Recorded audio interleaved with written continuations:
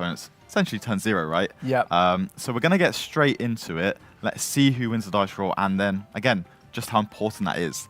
Do you think the dice roll is important here, especially for Joe on the Yummy side? I feel it is quite important because I feel that if the DRACOTAILs get to go first, being able to set up the ability of their trap cards it just gives you another layer of defense. Yes. Whereas if you're going second, those trap cards, like they're 2 cards you want to set, and it's going to be a little bit awesome. It looks like Joe has won the dice roll. He has started off with, I would probably say, is one of the better starters in this one, being the Engage, because not only does Engage tempt your opponent maybe by a Droll, maybe by an Ash Blossom, if they're being made, but it also then just kind of checks your opponent a little bit more, so you've got the option to open up to Obedience School if you want to go down the route, which looks like exactly what Joe's got. Jay's got Obedience School, Engage, and Engage has worked its way into Hornet Drones. This is kind of looking like a dream opening for Joe right here. Yeah, I'm a little bit jealous. I wish I had that kind of opening hand. But it seems like, Joe's got the Obedience School here, which really is the best way to start your play, right? Just being able to get the 3 different Yummy monsters straight out of the deck. And then also, it's quite resilient, right? You're not really committing anything besides this one simple card. Ooh, it looks like Alex is definitely trading it off with an Ash Blossom, which I do find quite interesting here, because I think it also tells a lot. And what I mean by that is, when you're activating Obedience Schooled, you kind of put yourself in a position where you can't create Herald of the Arc Light. Yep. And when you can't create Herald of the Arc Light, which is incredibly good against DRACOTAILs because all of their materials get banished, it also then means you're protected from Nibiru. Yes. With Alex choosing to Ash Blossom the Obedience Schooled, not only does it shut off the resource access, of course, but it also then means that Alex probably doesn't have a Nibiru, because I feel that you would let Obedience School resolve, let them build up as much as possible, and then go, here's a Nibiru for all the troubles. Guarantee they don't have that Herald of the Arc Light play. I think you're correct there as well, especially just like looking at this. I think Johan's pretty good as well, to be fair. But especially just when you're not limited into that play, or being limited out of, or into, sorry, just the beasts. He's still got a lot that can go on here. And we're seeing Joe commit monsters to the field here, and he's going to start going into a synchro place here. Do you think maybe you should just go with the Engage only play, or do you think it's okay to commit here?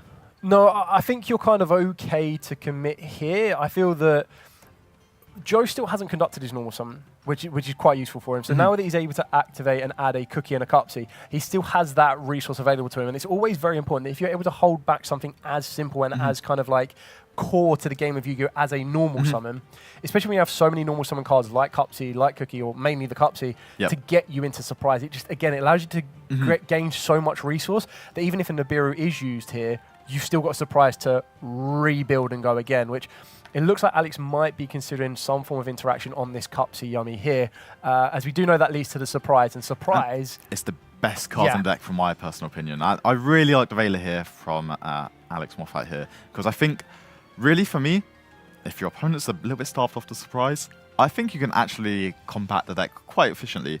But when that Surprise is anywhere within the rotation, they can always get it back with the Onari towards the end of the turn as well. But I think, that the Surprise, for me, it's the best card in the deck. And for me, again, I want to play 3 of it. I think it might be a little bit egregious here, but I think anytime I see that Yummy Surprise anywhere in my opening hand, I feel so much more insulated, both going first and second as well. Yeah, I think it's a very core component of the deck. It looks like we're going to be working our way into the field spells on this one with Joe.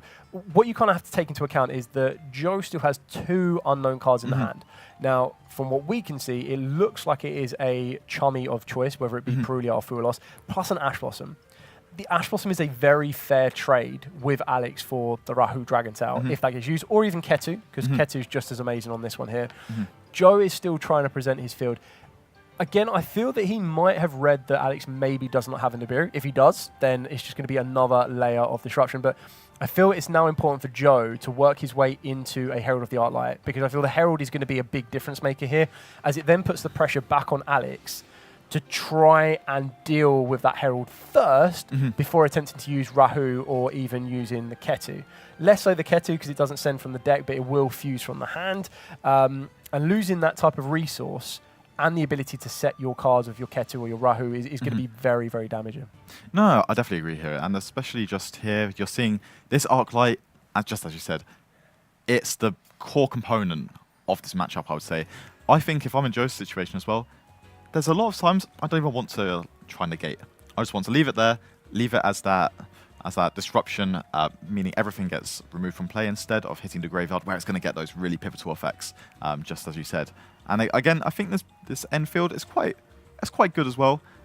He's going to commit an extra Yummy Monster here just to kind of improve the layers of disruption here that's going into Alex's turn.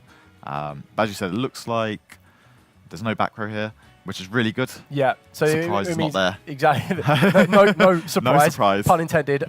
For Alex to worry about there. There is one card unknown in his hand. That card is going to be, well, we know it's an Ash Blossom and Joyous Spring. Alex does not know that. But even then, what really benefits Herald and what makes it so incredibly good in this particular kind of matchup is the fact that Joe doesn't even need to use his Ash Blossom on a Rahu or a Ketu because of that resource loss that Alex would go through with Herald on the field.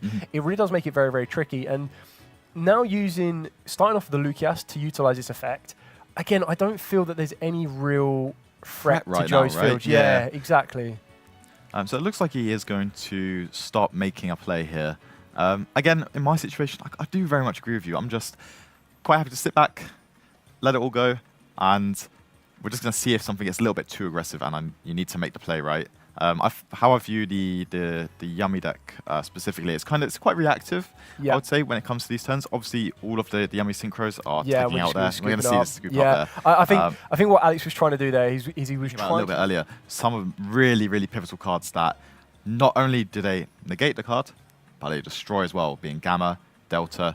So maybe we'll just see if Joe's put those in going seconds this matchup as well. Yeah, I mean, I'd highly expect these to go in for Joe. I feel that, again, it's also quite a very interesting one. Ketu, this is the question, he's going to Ash the Ketu. That's quite interesting because, I mean, don't get me wrong, Ketu, great card to start with, but more players usually try to keep the Ash for the Rahu because the Rahu is what's going to guarantee you a fusion play, as Alex just had to pass. Oh, painful. Very painful here. So I mean, I said Yummies. He just scores straight away as well. I said Yummies aren't that good going second, but if they haven't got to play into any field whatsoever, it doesn't matter. You're going first for a battle phase now. He's the ability scored, especially as we just said at the last game.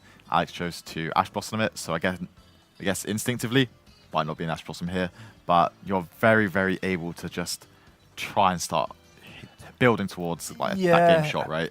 I feel the one thing I would be doing with Joe on this one is I would probably be a little bit more respectful of Nibiru. 100%. The pure fact that Alex had to pass, still with 4 cards in action, he has an Astro Obedience schooled. You're now on 4 summons. The Nibiru could be a bit of a problem here, depending on what we go for in order to try and mitigate that. And I feel that if Joe chooses his pass correctly, he will be able to mitigate how effective a Nibiru will be here right now. Yeah, so he's decided to commit to the minion right now as well. And it's just double checking out. I'd assume the synchro summon requirements to activate the ability there. But yes, we're going to see the 5th summon here. I guess if you have Nibiru, do you Nibiru here? I think maybe there's a chance. Hold it. I can't think of a point where, from this point on, now that you know they can't get to Herald, I don't think there's a position where true, actually, they put anything on the field that you're like, oh, I need some Nibiru now or pass. I feel that you can allow them to move. Okay. Oh, he's just scooped up. Oh, that's such a shame. 2 Ghost Spells, a Fet Veiler, and a Fade.